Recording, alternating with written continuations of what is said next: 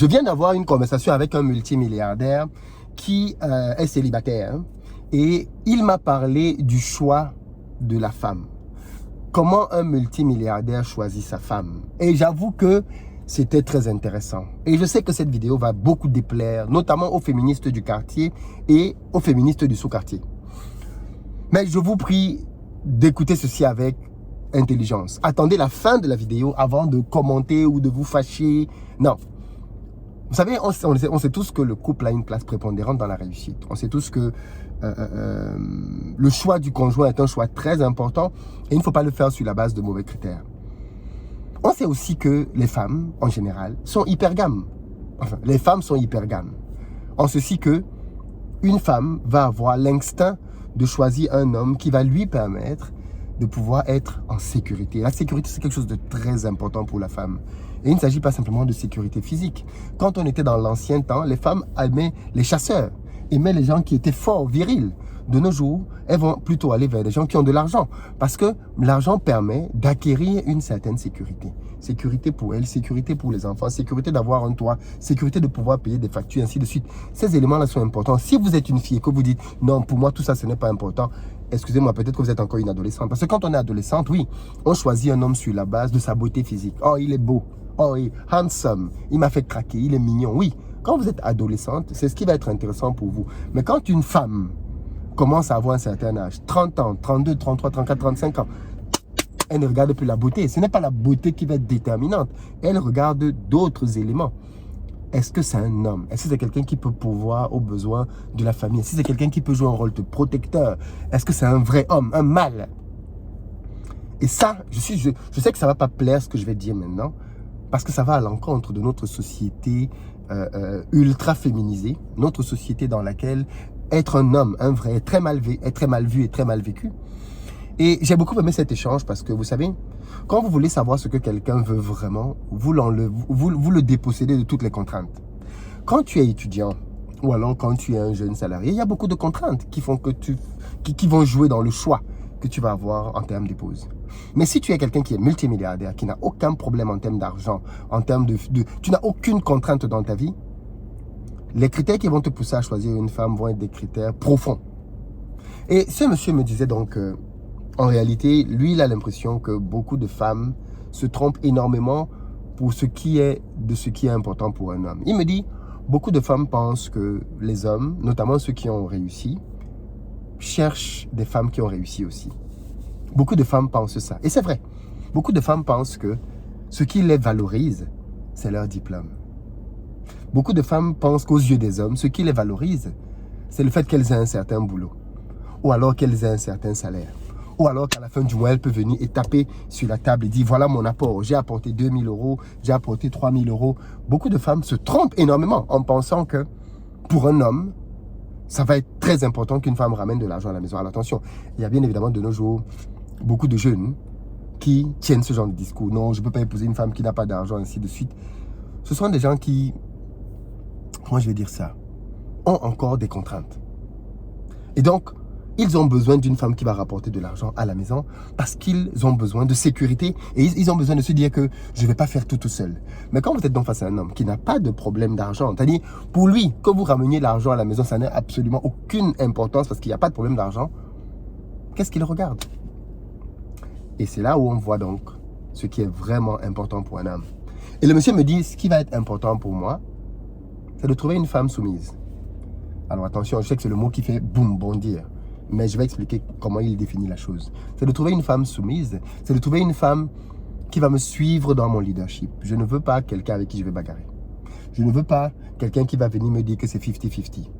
Je veux une femme qui va pouvoir être une bonne mère pour mes enfants. Je veux une femme qui va pouvoir transmettre des valeurs. Je veux une femme qui est serviable. Je veux une femme qui est mature, qui ne va pas me ramener les problèmes des adolescentes dans le foyer. Je veux une femme qui a la maturité de comprendre les implications d'être avec un homme comme moi, en termes de travail, en termes d'intensité, qui ne va pas me faire des crises parce qu'à 18h30, je ne suis pas rentré à la maison. Si elle veut épouser quelqu'un qui va rentrer à la maison à 18h30, qu'elle aille prendre quelqu'un donc qui a ce type de boulot. Mais quand on a un certain patrimoine à gérer, on ne rentre pas à la maison à 18h30. On ne rentre absolument pas à la maison à 18h30. Donc, elle ne peut pas... Et une femme mature doit comprendre ça. Elle doit comprendre que son homme, c'est quelqu'un qui est pris par le travail. C'est quelqu'un qui ne peut pas se dévouer.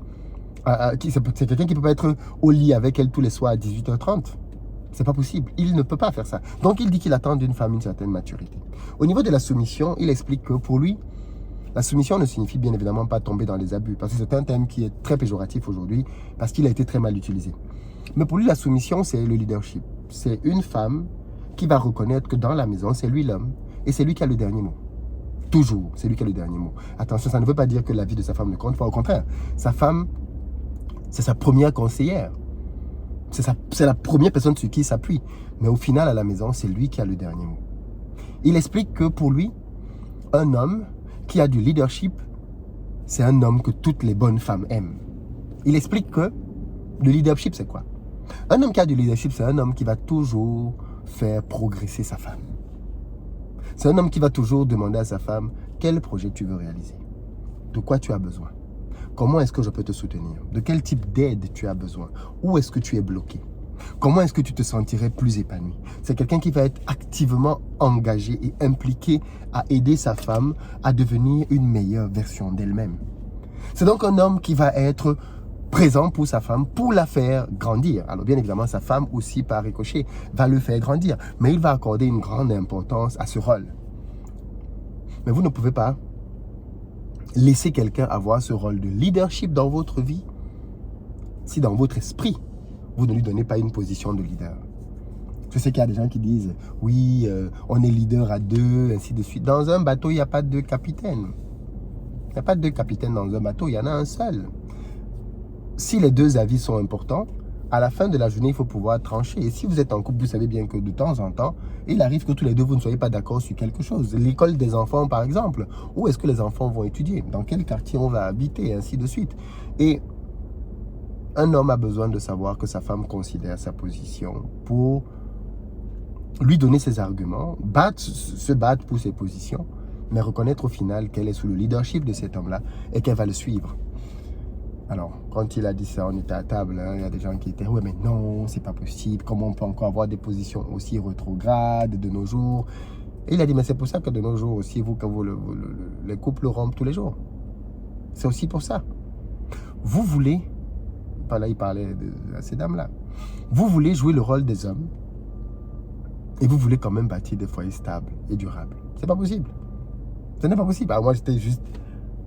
J'observais la scène, j'écoutais, c'était chaud. Mais qu'est-ce que vous en pensez, vous? Qu'est-ce que vous pensez de cette position-là? Est-ce que vous pensez vraiment que de nos jours, dans notre société dans laquelle les hommes et les femmes travaillent activement, est-ce qu'un homme choisit une femme à cause de son argent? Est-ce qu'un homme choisit une femme parce qu'elle a un diplôme? Est-ce que vous pensez qu'il a raison de dire qu'un homme choisit une femme à cause de sa capacité à pouvoir le suivre dans son leadership? Est-ce que vous pensez qu'un homme va regarder chez une femme? En tout cas, les expériences tendent à aller dans ce sens. Comme je dis, quand vous regardez dans nos familles, beaucoup de personnes très fortunées, et ça j'ai déjà remarqué ça, des hommes qui ont des bacs plus 10, bacs plus 15, des médecins, n'ont pas épousé leurs camarades d'école de médecine. Hein. Non, non. Ils sont repartis épouser des femmes qui n'avaient même pas la moitié des diplômes qu'ils avaient. Parfois, vous avez d'autres hommes plutôt, ça c'est un autre cas de figure justement, qui quittent même l'Europe. Vous avez remarqué ça? Beaucoup d'hommes de la diaspora quittent l'Europe pour aller chercher leurs femmes en Afrique. Pourquoi? Parce qu'ils estiment qu'en Afrique, ils vont tomber sur une femme qui va leur donner leur place d'homme, leur place de leader dans le couple. Choses qui sont de plus en plus battues en brèche dans les sociétés occidentales. Et comme je disais en début de vidéo, c'est un sujet assez sensible, c'est un sujet touchy, mais c'est un sujet qui mérite d'être abordé. J'ai vraiment besoin de savoir ce que vous pensez de ça. Quel est votre avis par rapport à cette position-là? Je vais faire une émission, comme je disais, dans quelques minutes en direct pour en parler. Je sais que c'est un sujet qui vaut la peine d'être abordé, très clairement, sans complexe, qu'on se dise les choses, hein, comment vous voyez les choses, qu'est-ce que vous en dites. Mais j'avoue que ça fait réfléchir. Ça fait réfléchir parce que quand on regarde nos couples aujourd'hui, c'est chaud. Les gens se séparent beaucoup trop, beaucoup trop, et parfois pour des motifs évitables, pour des raisons évitables. Qu'est-ce que vous en dites? Qu'est-ce que vous en pensez? Il y a des caricatures. La place de la femme, c'est à la cuisine, ainsi de suite. Ce sont des caricatures, bien sûr. Mais en tout cas, un homme qui a de l'argent ne cherche pas d'une femme qu'elle ramène à la maison X, Y, Z. Pas du tout. Et à ce moment-là, que pensez-vous donc des hommes qui disent que moi, je ne peux pas épouser une femme qui ne travaille pas, qui ne fait pas ceci, qui ne fait pas cela? Qu'est-ce que vous en pensez? Alors que parfois, même leur propre père était avec leur mère qui n'avait pas un boulot séculier à l'extérieur. Ciao!